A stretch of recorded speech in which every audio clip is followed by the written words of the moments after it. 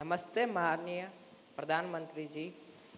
मैं धीरज सुथार, मैं राजकीय उच्च माध्यमिक विद्यालय कोंदवा, राजसमंद, राजस्थान से हूँ। मैं 12वीं कक्षा में अध्ययनरत हूँ। मेरा प्रश्न यह है कि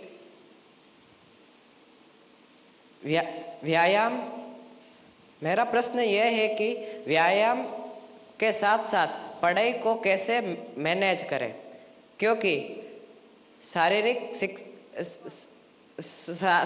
स्वास्थ्य भी उतना ही जरूरी है जितना कि मानसिक स्वास्थ्य। कृपया मार्गदर्शन करें। धन्यवाद सर। आपका शरीर देख करके लगता है मुझे आपने सही सवाल पूछा है।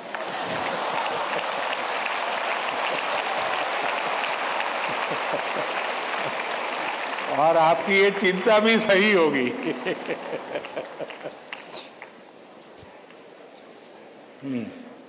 धन्यवाद धीरज। अपनी सांस्कृतिक परंपरा और बर्फीली चोटियों पर तैनात सेना के जाबाजों के शौर्य के लिए विख्यात उत्तर भारत के प्रमुख केंद्र शासित प्रदेश लद्दाख के पीएम श्री केंद्रीय विद्यालय कारगिल की छात्रा नजमा खातून हमसे ऑनलाइन माध्यम से जुड़ रही हैं और प्रधानमंत्री जी आपसे प्रश्न पूछना चाहती हैं। नजमा, कृपया अपना प्रश्न पूछिए। माननीय प्रधानमंत्री जी नमस्कार। मेरा नाम नजमा खातून है। मैं पीएम श्री केंद्रीय विद्यालय कारगिल लद्दाख में पढ़ती हूँ। मैं कक्षा 10वीं की छात्र हूँ। मेरा आपसे प्रश्न यह है कि परीक्षा की तैयारी और स्वस्थ जीवन शैली बनाए रखने के बीच संतुलन कैसे बना सकते हैं? धन्यवाद। शुक्रिया नजमा। पूर्वोत्तर भारत के रत्न जनजातीय बहुल राज्य अरुणाचल प्रदेश के नाहरलोगुन गवर्नमेंट हायर सेकेंडरी स्कूल से एक शिक्षिका टॉबी लामी जी इस सभागार में उपस्थित हैं और प्रधानमंत्री जी से प्रश्न पूछना चाहती हैं। नमस्कार माननीय प्रधानमंत्री जी, मेरा नाम तोबी लोमी है। मैं एक शिक्षिका हूँ। मैं government higher secondary school Naharlagun Arunachal Pradesh से आई हूँ। मेरा प्रश्न है, विद्यार्थी खेल कूद नहीं बल्कि पढ़ाई में मुख्य रूप से क्या और कैसे ध्यान केंद्रित कर सकते हैं? कृपया मार्गदर्शन करें। धन्यवाद सर। धन्यवाद मैम।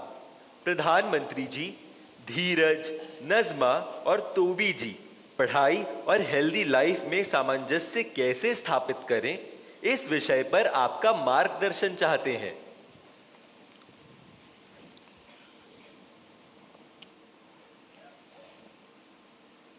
आप में से बहुत सारे स्टूडेंट्स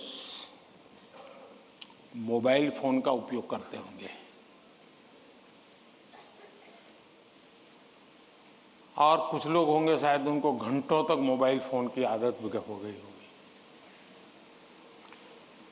लेकिन क्या कभी ऐसा विचार आया मन में कि नहीं मैं रिचार्जिंग में फोन रखूंगा तो मेरा मोबाइल का उपयोग कम हो जाएगा, इसलिए रिचार्जिंग नहीं करूंगा। अगर रिचार्जिंग नहीं करूंगा तो मोबाइल काम करेगा क्या?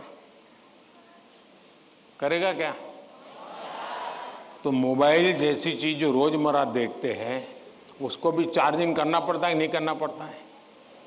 अरे जवाब तो दीजिए। रिचार्ज करना पड़ता है, नहीं करना पड़ता है? अगर मोबाइल को करना पड़ता है तो ये बॉडी को करना चाहिए, नहीं करना चाहिए?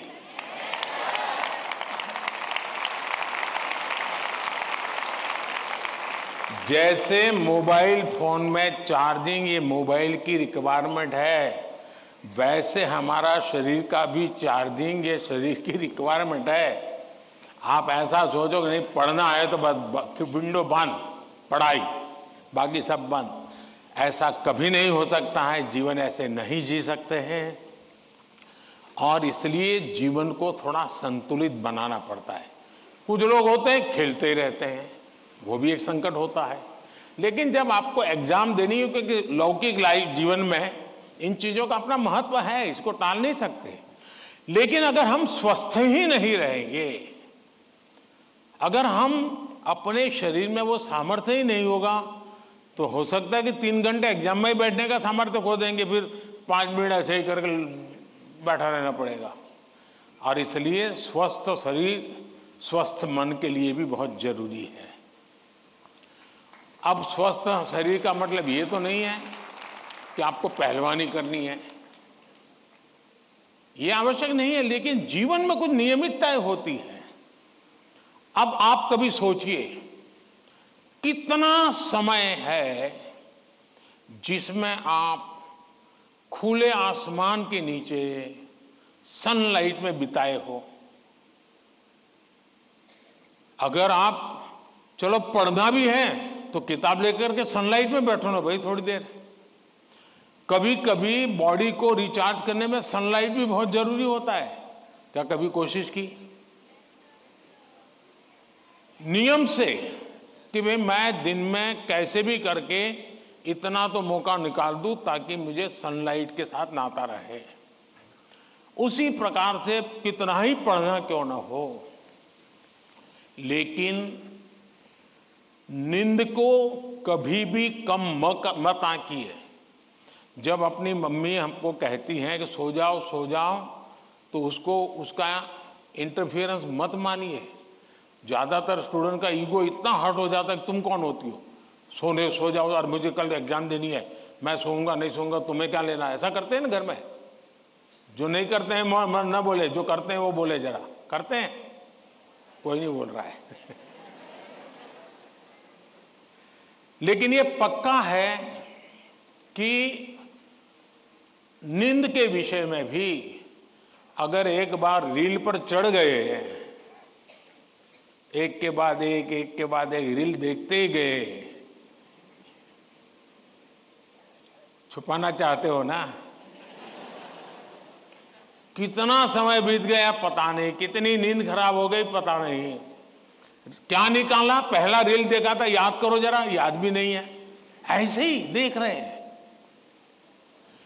ऐसे हम नींद को बहुत कम आंकते हैं। आज आधुनिक हेल्थ साइंस जो है वो नींद को बहुत तवज्जो देता है। आप आवश्यक नींद लेते हैं कि नहीं लेते हैं, वो आपके स्वास्थ्य पर बहुत बड़ा महत्वपूर्ण है। आपको उस पर ध्यान केंद्रित करना चाहिए। इसका मतलब ये भी नहीं कि बस एग्जाम तो आती रहेगी। मोदी जी को मिला था, उसने कहा है सो जाओ। अभी यहां आर्टिस्टिक बोर्ड बनाओ और घर में घुसते ही लिखो सो जाओ, मम्मी पापा को दिखा दो सो जाओ। ऐसा तो नहीं करेंगे ना। कम नींद स्वास्थ्य के लिए अनुचित है।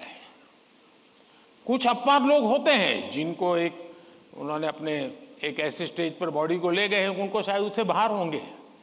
सामान्य मानवीय के जीवन के लिए अनुचित है।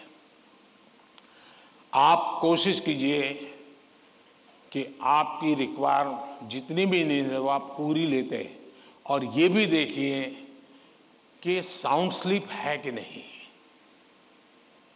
बहुत गहरी नींद होनी चाहिए। आप हैरान हो जाएंगे, ये जो टीचर बैठे हैं ना, बड़ी आयु के टीचर, ये सुनकर के जरूर चौंक जाएंगे। आज भी मैं इतना सारा मेरे पास काम है ना, आप लोगों जितना नहीं है।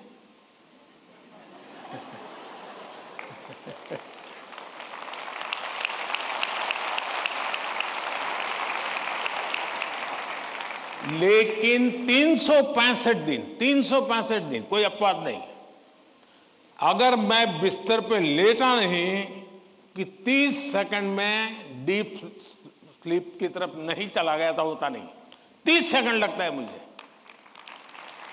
आप में से बहुत छोटी आयु के भी होंगे, कभी इधर कभी उधर कभी उधर कभी उधर, फिर नींद आई तो आई। क्यों?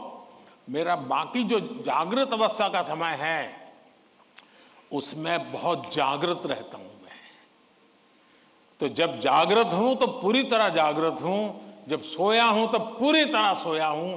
और वो बैलेंस, जो बड़ी आयु के लोग हों परेशान होते होंगे, हाँ यार हमें तो न्नींद ही नहीं आती, आधा घंटा तो ऐसे ही करवट बदलते रहते हैं।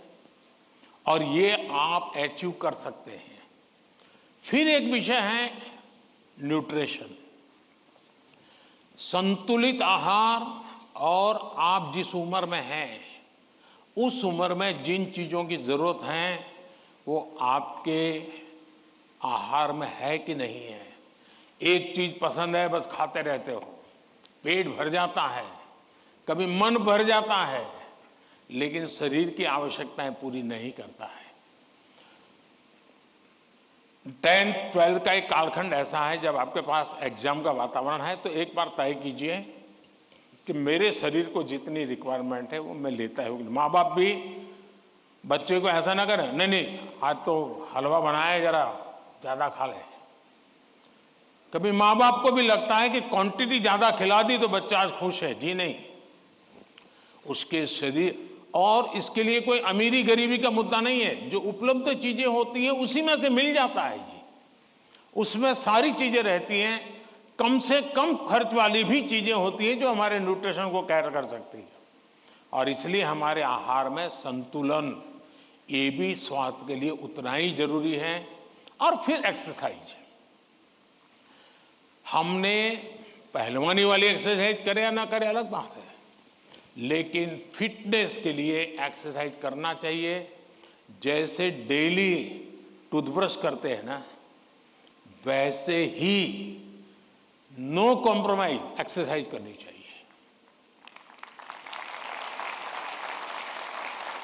मैंने कुछ बच्चे ऐसे देखे हैं, वो छत पे चले जाते हैं, किताब लेके चलते हैं और पढ़ते रहते हैं, दोनों काम कर लेते हैं। कुछ गलत नहीं है, वो पढ़ता भी है और अपना धूप के अंदर चल भी लेता है, एक्सरसाइज भी हो जाती है। कोई न कोई ऐसा रास्ता निकालना चाहिए जिसमें आपकी फिजिकल एक्टिविटी होती रहती है। 5 minute 10 minute dedicated physical activity करनी ही चाहिए। ज्यादा कर सकते तो अच्छी बात है। अगर इन चीजों को सहज रूप से आप लाएंगे, एग्जाम के तनाव के बीच सब कुछ इधर करेंगे वो नहीं करेंगे तो नहीं चलेगा। संतुलित करिए, आपको बहुत फायदा होगा। धन्यवाद।